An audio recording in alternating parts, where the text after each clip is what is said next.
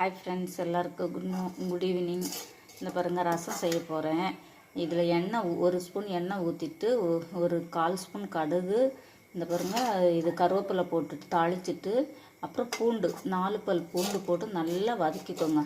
இந்த பாருங்கள் நசுக்கிட்டு நல்லா வதக்கிக்கோங்க. அது ஃப்ளேவர் ஒரு டிஃப்ரெண்ட்டாக இருக்கும். இந்த ஃப்ளேவர் வதக்கிட்டு இந்த பாருங்கள் காயம் கொஞ்சமாக காயம் போட்டுக்கோங்க.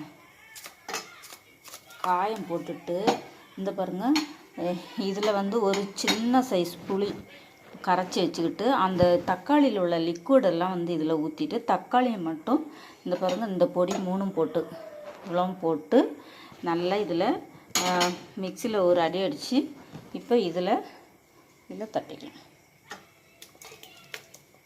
இதை எடுத்து வச்சுக்கோங்க. இதில் எடுத்து போட்டு வச்சுக்கலாம். பாருங்க போட்டுட்டு நல்லா வதக்கிக்கோங்க. நல்லா வதக்கிட்டு இந்த தண்ணி எடுத்து இந்த புளி தண்ணி இதெல்லாம் இருக்குல்ல, இதை எடுத்து ஊற்றிட்டு உப்பு மஞ்சப்பொடி கொஞ்சம் போட்டுக்கோங்க. உப்பு கொஞ்சமாக போட்டுட்டு ரசத்தை ரெடி பண்ணிவிடுங்க. அவ்வளோதான். கேட்ட